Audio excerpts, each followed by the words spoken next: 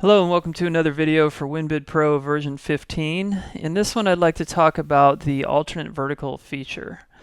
And this is used when you want to add something like a corner post to an elevation, or basically two elevations, you'll see what I mean there. Or say an expansion mullion, or even a T mullion that basically allows you to have an intersecting or abutting 90-degree wall to another wall. So let's start with how you might think you need to do this. So let's say we have 6 panels, and right at this vertical here between panel 2 and 3 you need a corner.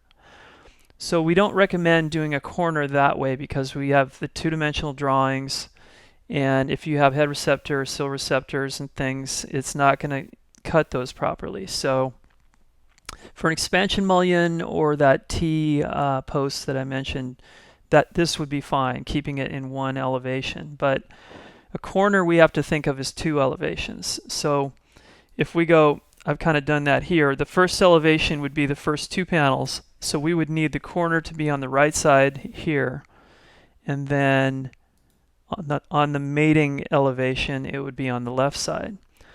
So let's go back to that first elevation. Then we'll go to alternate vertical tab. We'll hit add, and then I'm going to select which vertical needs to be changed. So we start with 0, so it's 0, 1, 2. So vertical number 2, and I'm going to say it's a 4.5 inch post. So when I click add a drawing, it's going to say, okay, what part numbers do you want? So I'm going to right click in that little box, and then I'm going to type in the word corner, and then I should be able to find some parts that I need. So you have to add the parts one at a time, I believe. But so you can add whatever parts are needed for that corner post. And this is something you only need to do in one of the elevations. So you've got the 2 elevations that are kind of mating together, but the parts only need to be in one of them. So I enter all my parts into this one. I click OK, and it draws it in here. Now notice that I'm using cock joints.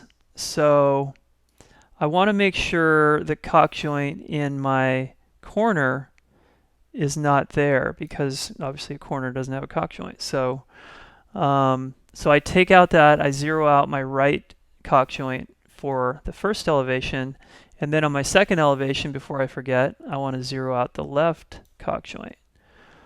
So now it gets rid of that cock joint. Now I can go to the alternate vert on this mating elevation, and on the left side of it I want there to be a corner post. So I'm going to say vertical number 0. I'm going to say I want a 4.5 inch post, and I want to add it to the drawing. Now this is where I don't need to put any parts in. I can just click OK. So that pretty much covers how you draw and account for a corner post, both with the parts and the correct profile.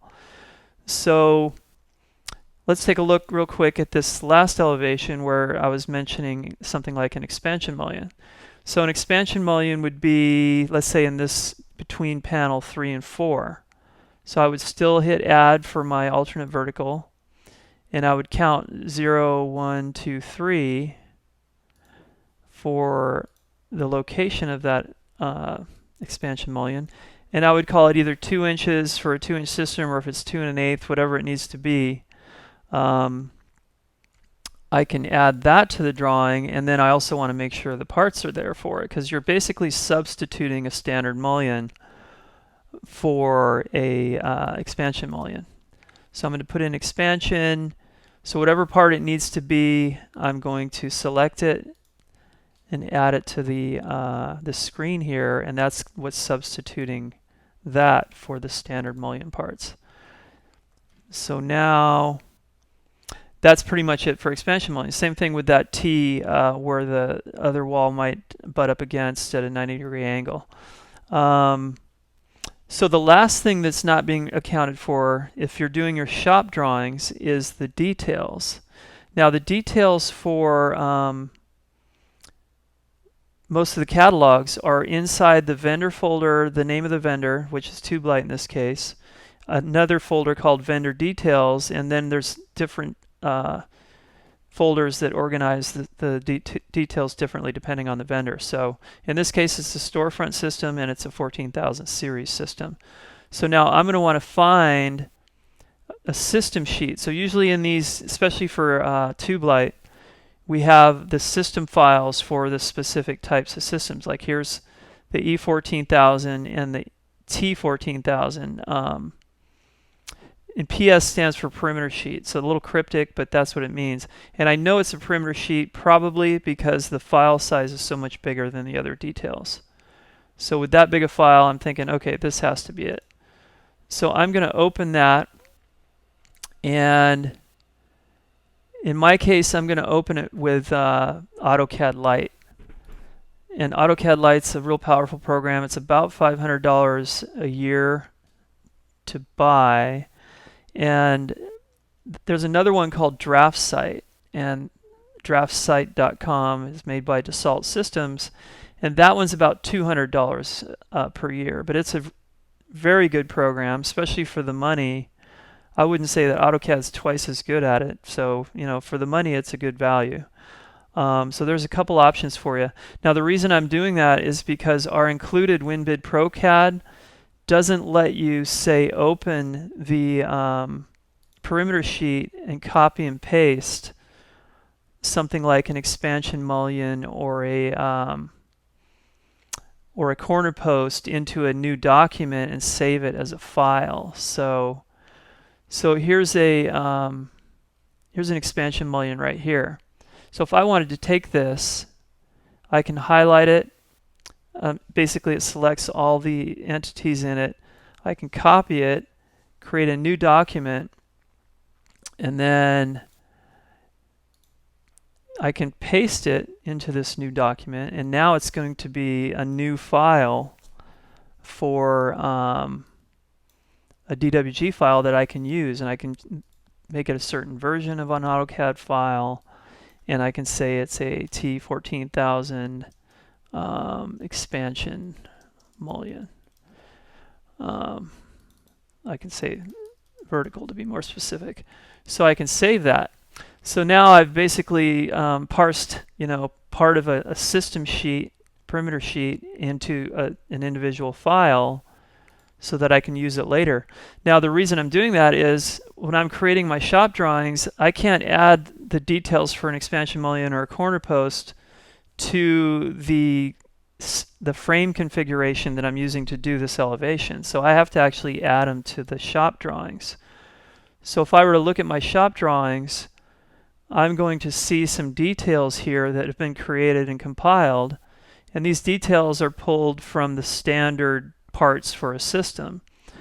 Vertical, horizontal, jams, that kind of thing. So I want to export those to DWG, which I've already done, and then it saves them to a folder. Now I can actually open one of those files, and I'm going to pick that second detail sheet that we were looking at, and now I can actually open the other file that I created, which was the corner post. Let's see, where are we here? So it's got me looking. So whatever software you end up using, you're going to have to navigate to the proper place on your computer, of course. So let's see. This would be somewhere. Anyway, so basically what we're doing is we're going to a folder. Here it is. So let's say it's the corner post I need to add. I actually need to add both if I'm doing a job that has both an expansion mullion and a corner post. So in this case, I open up that file with the corner post in it. Oops. And I'm going to click and highlight that corner post, and then I'm going to copy it. Then I'm going to go to the other page and paste it in here. So this is basically how I can do this. I can even move stuff around. I keep forgetting to click that. I can move this up here so it looks a little more consistent with the other one. So this is how I can add details to my shop drawings that aren't being compiled from the framing system. So I can do the same thing with the expansion mullion.